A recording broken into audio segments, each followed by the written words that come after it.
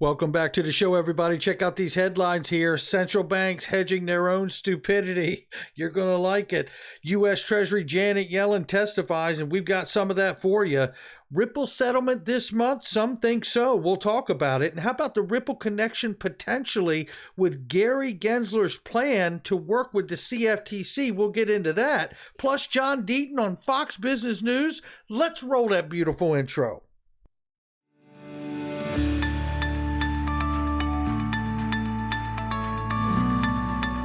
Digital Perspectives with Brad Kimes. Come on in.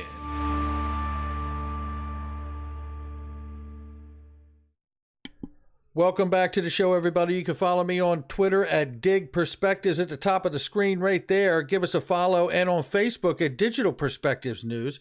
Let's go ahead and look at this $2.012 trillion market cap. We're bleeding heavily today.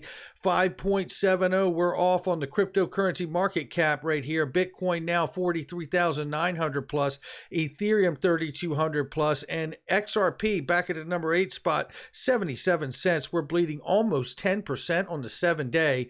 Take a look at the price range right now. It says 78 on Fiat Link, 77 on the bottom, and 83 on the top for the price range. We are, in fact, 471 days in American crypto innovation under siege, ladies and gentlemen. That is just incredulous. I tell you, something has got to be done. And look, and add to the fight that the digital innovation and digital asset space is going through, and look at the real numbers of the U.S. national debt clock pushing well past $30 trillion right here. Gold Telegraph reminds us that government debt is very ugly, and it sure is. He says, remember, one reason central banks own gold is to hedge against their own stupidity. Hello, come on in. And that's why I stack my pennies next to their dollars. And that's why I use GlintPay, ladies and gentlemen. I love GlintPay, and I'm working with them, and I love what they offer. You can have the alternative to the banking system. The gold alternative to the banking system. In fact, you can actually have physically allocated gold to your account. You can choose to receive it, or you could choose, like I do, to put it on my GlintPay MasterCard debit card and collect your gold. And I love it. There's a link underneath the video. Don't mess around. Check it out. ProCoin News, if you're not following them, you should do so. They're amazing, ladies and gentlemen. Make sure you give them a follow. We start right here with James K. Filan. Shout out to you, Jim. Secretary Janet Yellen testifies today on the Hill, and this is what we're looking at right here. It's harder on a large scale for an economy to actually use crypto to evade sanctions. Large-scale transactions would become apparent by those who regularly examine the blockchain. How about that? Now, that goes on. Now, let's check this out. Because here we see that Colin Post puts here, Yellen just now, and this was just a short time ago, we are aware of the possibility clearly that crypto could be used as a tool to evade sanctions. And we're carefully monitoring to make sure that doesn't occur. But I would say we have a good deal of authority in this area, and we are using it and will use it. I've reminded you guys of Financial Stability Oversight Council. Over 2 years I've been going on about this. You know, the Treasury and the FSOC have the ability to come in and lay some regulations down, and it sounds to me like that's exactly what she's pointing to.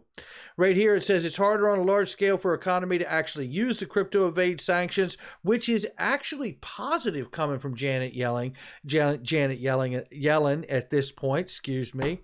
For context, a lot of Congress folks, mostly Democrats like Elizabeth Warren, are really trying to portray crypto as a focal point for Russian sanctions evasion, which just isn't true. It's up repeatedly in this hearing, but Yellen is flat denying the need for statutory authority over crypto.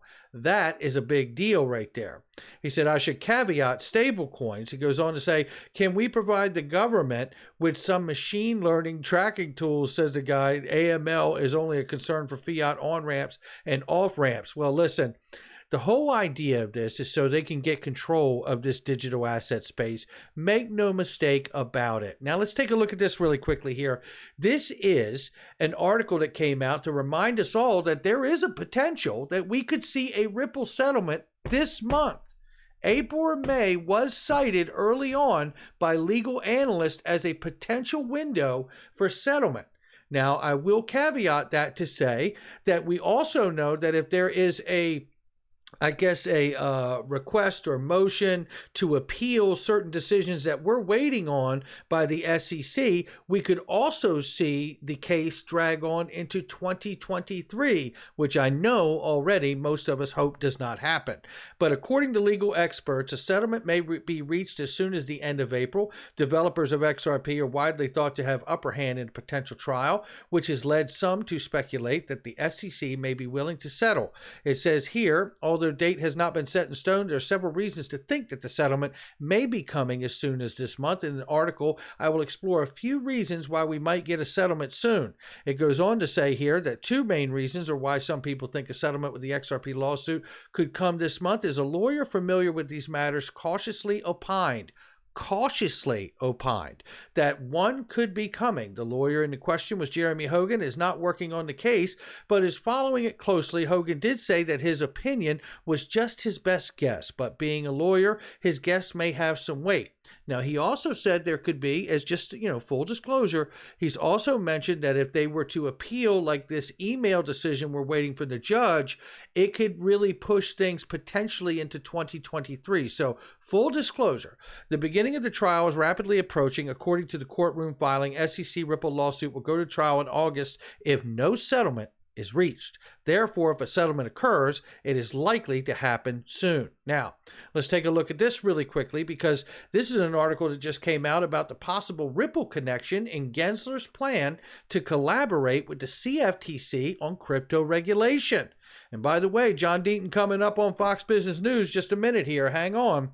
It says here, SEC Chair Gary Gensler revealed collaborative crypto regulation plans in his speech at Penn Law Capital Markets Association annual conference just a couple days ago. The speech underscored the importance of regulators in ensuring financial stability, investor protection, fair, orderly, and efficient markets. Now, here we know Gensler also noted that the need for technology neutral in regulation and said cryptocurrencies should not be treated differently because of their different technology. He further proceeded to list out the crypto-related areas that the SEC will target with its regulatory strategy. He revealed that he asked his staff members to create strategies for regulating platforms. The SEC requested they combine securities and non-securities trading regulation strategies while noting their collaboration with the CFTC. He said, I've asked the staff to work with the Commodity Futures Trading Commission on how we jointly might address such platforms that trade both crypto-based security tokens and some commodity tokens using our respective authorities. Goes on to say here, well, best case study for crypto regulation could be SEC versus Ripple case. After Gensler's recent comment, crypto traders wonder if XRP's price will see any fluctuation. The announcement he received in differing reactions on its potential impact says here, crypto influenced crypto whale about the SEC CFTC's regulatory partnership received interesting takes, especially on the potential impact of XRP. And by that, they mean one of the respondents stated that the partnership might be a part of the SEC's plan to exit the XRP lawsuit. A different Twitter user dismissed the claim, saying the CFTC views XRP as a commodity. One of the implications of this SEC-CFTC collaboration is that they will need to be aligned in their opinions about the Ripple lawsuit. If the SEC sides with the CFTC on the XRP, then that would likely mean the end of the lawsuit. But what's the conclusion? Well, Gary Gensler provided clarity on the regulatory approach to the crypto market by noting the three main focus areas. They include cryptocurrency exchanges, crypto custody, and platforms that list crypto tokens and crypto commodity tokens. The regulatory focus seems to take the target away from the digital currencies. However, the plan to clamp down on the crypto access points might pave the way for stringent measures in surveillance and crypto-related transactions. Now, that is something to think about. And while we think about that, let's think about this. This is John Deaton representing 65,000 XRP holders right now on Fox Business News. That just happened. Take a listen. Bitcoin 2022 opened in Miami today, unveiling a cool version of Wall Street's bull. Now, there's a lot of excitement, and of course, it's not just Bitcoin, but this entire crypto space. Although someone forgot to tell the market today, golly, they're taking it on the chin. I want to bring in crypto law founder John Deaton. And John, I want to get into some of the legal hurdles and the government challenges, but just your initial thoughts on the deep penetration that crypto is having around the world. I mean, there's unbridled excitement, and it just seems to be catching fire more and more each day, doesn't it? It does, Charles. Thank you for having me.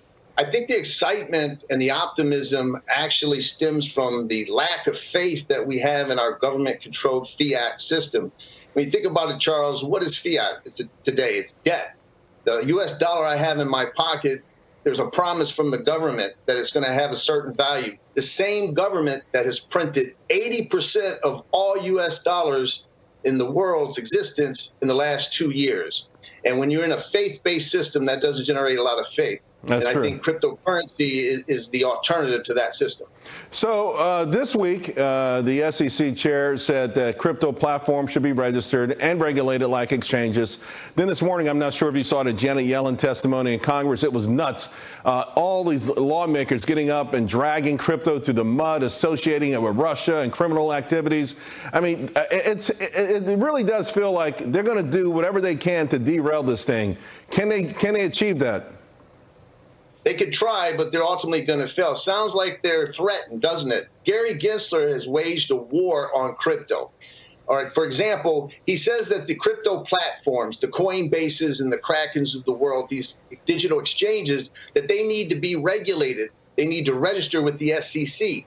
But Charles, the only reason they would register with the SEC is if they were selling securities. When they go to Gary Gensler and say, hey, I've got 70, 80 tokens on my platform. We don't believe they're securities. Which one do you believe are securities? We'll take them off the platform.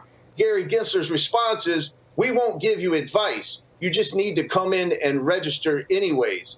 That's not a system that works because he wants to allow vagueness. He doesn't want to give guidance because if he gives guidance, companies can comply. He wants to engage in this regulation by enforcement. And it's got to stop. As far as the FUD, the fear, uncertainty, doubt about criminal and illicit activities, the FBI, the CIA, they've all come out and said they hope that criminals use the blockchain. It's a public distributed ledger. You'd have to be a moron to engage your criminal enterprise on Bitcoin or any of these other cryptos. Now, you represent, from what I read, at least 66,000 holders of Ripple, a decentralized payment platform that allows for secure, instant financial transactions around the world. What is the beef here? Why is the SEC trying to shut this down? Well, Charles, we did something that's never been done. We actually went into court. We petitioned the court and said, we want to be named as defendants in this case. And the judge, in her opinion, said, in a non-family situation, this has never happened. Who goes in and says, sue us too? Because they effectively did. When the SEC filed this case against Ripple and its two executives in December of 2020, they didn't just go after them. They attacked every single XRP holder because they're going with this absurd claim that all XRP, even XRP traded in the secondary market with no connection to Ripple, that they're all unregistered securities. Charles, they're saying this despite the fact that for 8 years it traded publicly in the United States. They're saying this despite in 2015, the U.S. government FinCEN declared XRP a virtual currency. And despite the fact that every foreign government, the UK, Japan, Switzerland, Singapore, United Arab Emirates, every foreign government that's looked at this token has declared it a non-security. Yet our SEC is stating otherwise. John, I got to tell you, people love you. You've done an amazing job. And I can tell you just from your first appearance here, I can see why. Thank you so much. I appreciate it. Yes, indeed. And I second that motion. I know you guys do too. Shout out to John Deaton and everything he's doing for all of us XRP holders. And you know, that is such an amazing point. He makes it every chance he can, as he should, about, you know, the SEC is claiming that every single XRP is a security. And that's why I really believe this comes down to this case is really the application of the Reeves test, not just the Howey test. That's going to do it for me, ladies and gentlemen. Head on a swivel. This is Crypto You Never Know. I'll catch all of you on the next one.